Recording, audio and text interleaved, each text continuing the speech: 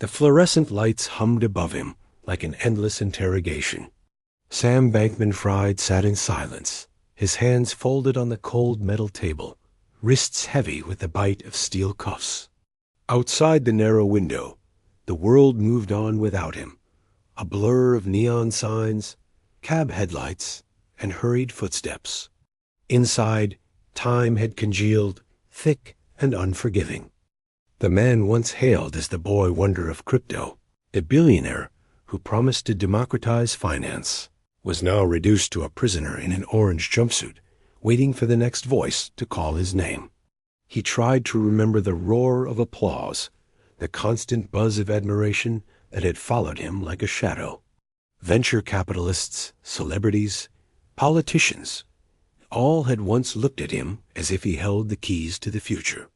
Now, their silence was louder than any accusation. It was in that silence that Sam's story truly began to unravel. Years earlier, the world had not yet heard of FTX. It had only known Sam, the awkward young man with a mop of unkempt hair, a soft mumble in his voice, and a mind that seemed wired to see patterns where others saw chaos.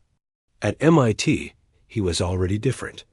A restless intellect, shifting between physics equations and ethical debates, always pacing, always calculating.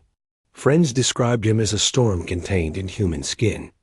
He claimed to want to make money only to give it away, a philosophy of effective altruism. To many, it sounded noble. To Sam, it sounded like destiny. When he discovered the volatile world of cryptocurrency, it felt less like chance and more like prophecy. Digital coins flashing on screens, markets awake 24 hours a day, millions to be made in the gaps no one else noticed. He began trading with almost feral intensity, sleeping on beanbags, staring at glowing monitors until dawn.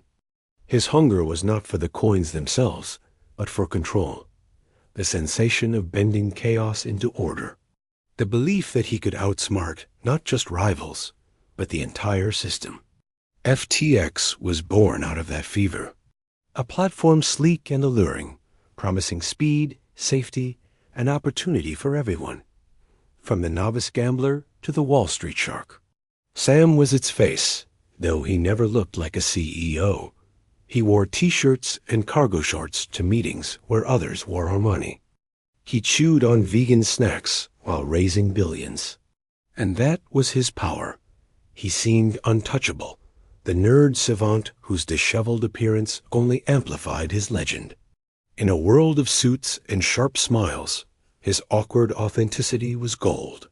Money flooded in. Celebrities attached their names to FTX. Stadiums carried its logo. Commercials with sports icons aired during the Super Bowl. Overnight, Sam went from obscure trader to billionaire messiah. He spoke at conferences with the cadence of someone who despised the stage, yet commanded it anyway. "We're not just building an exchange," he would say, his voice flat, his words hypnotic. "We're building a better future." The audience would nod, taking notes, as if his every phrase were scripture. But every empire leaves cracks, faint at first, invisible under the glare of success. In the dim corners of his offices, employees whispered of chaos. Millions shifted between accounts with little oversight. A company built on transparency thrived on shadows. And always, there was Alameda Research, his hedge fund, his secret second heart, pumping funds in and out like blood. Some questioned why the lines between FTX and Alameda blurred so often. Sam would shrug, mumble an answer, and the questions would die in the avalanche of his charisma. At night, when the applause quieted, he would sit alone in his penthouse, the ocean stretching dark and endless beyond his balcony. His phone never stopped buzzing. New investments, new opportunities, new risks. He answered them all. But inside him, the storm grew louder. He believed he was the one chosen to bear its weight. He told himself the end would justify it all. The shortcuts, the borrowed billions, the games played in shadows. He would save the world, and if a few rules were broken along the way, who would remember?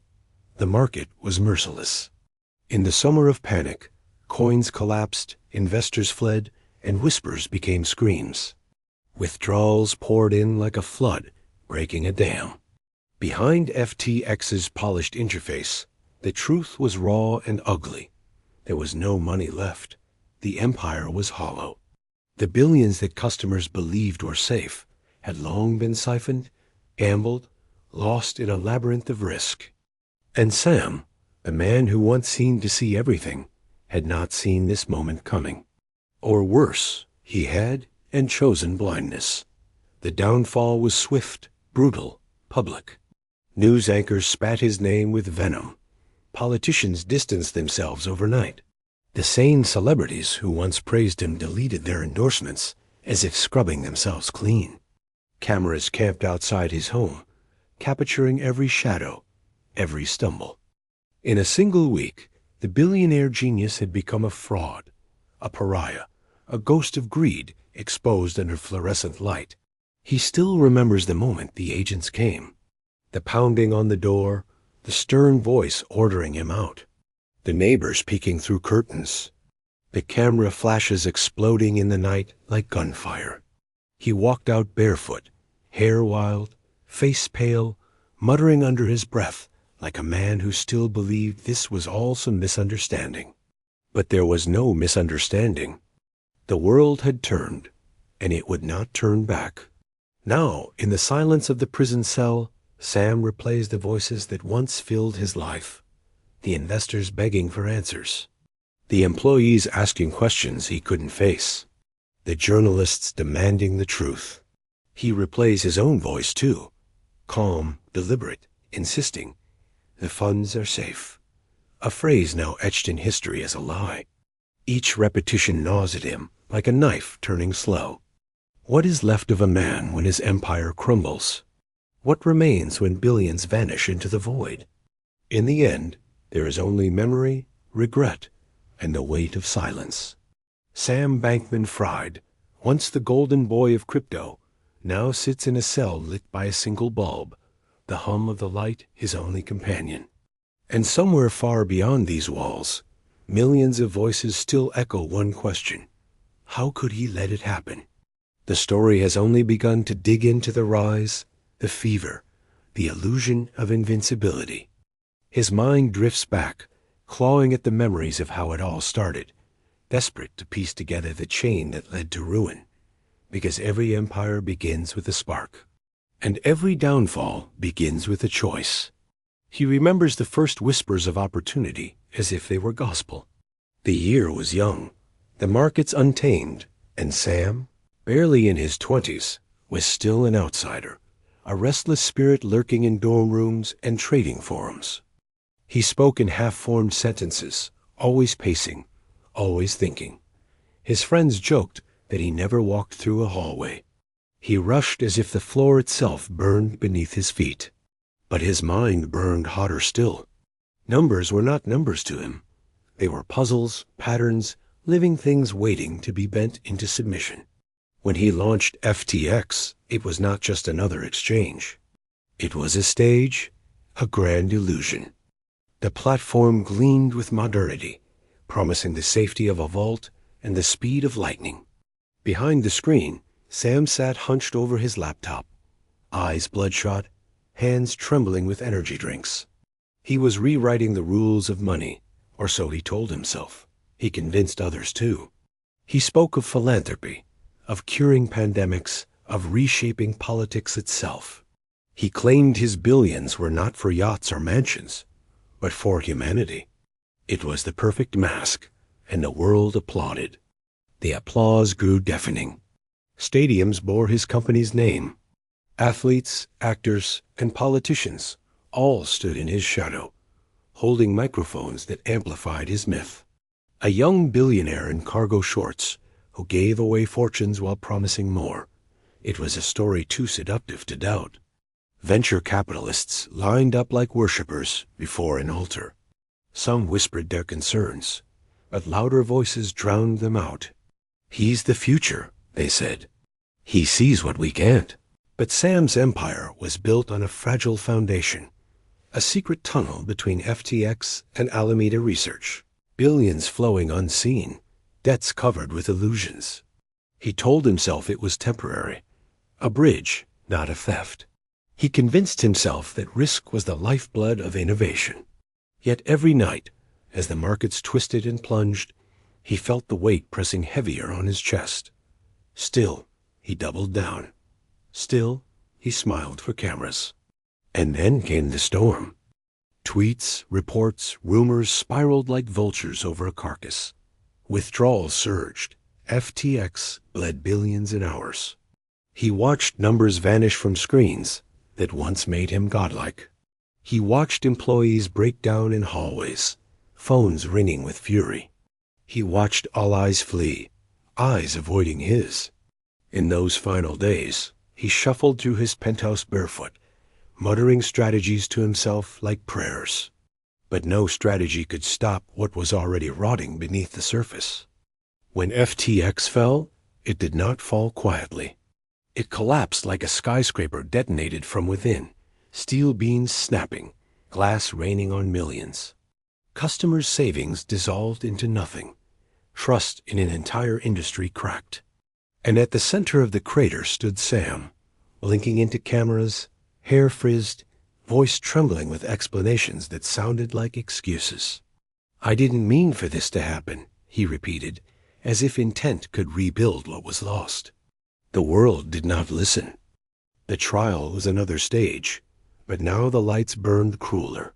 He sat before the jury, his face pale, his words dissected, his every gesture weighed like evidence. Prosecutors painted him as a thief. Defenders tried to paint him as naive. He stared at the wood grain of the table, wishing he could crawl inside it and vanish. Each witness chipped away at him. Colleagues, friends, even those who once swore loyalty. Their words filled the courtroom with betrayal. Every lie, every shortcut, every whispered promise came back like a ghost demanding vengeance. The verdict fell like a blade. Guilty. His parents, once pillars of academia and pride, sat in silence, their eyes hollow. He thought of them as he was led away, the cuffs locking once again. He thought of the beanbags where he once slept while building dreams from numbers. He thought of the stadiums, the commercials, the applause. All of it gone. All of it dust. And in the quiet of his cell, he began to wonder, was it ambition, or was it arrogance that ruined him? Was it truly for humanity, or only for himself? The questions clawed at him, but answers never came. Only memories, only silence. The man who once promised the future now lives in the past, pacing a cell no larger than his childhood bedroom, haunted by echoes of billions lost. And yet, in the corner of his mind, a flicker remains, not hope, but obsession. The storm inside him has not died. It whispers still, a dangerous thought. If I had one more chance. But there are no more chances. There is only the hum of the fluorescent light, the echo of footsteps down concrete halls, and the world outside that no longer believes in Sam Bankman-Fried. And somewhere in the dark, as he lays awake on a thin mattress, a final thought pierces him. What if the fall was always the plan? The empire, the billions, the illusion of control, all just steps toward this silence. The story ends not with redemption, not with forgiveness, but with a single image burned into memory. A boy genius turned ghost, staring at the ceiling of his cell, listening to the sound of a future that will never come.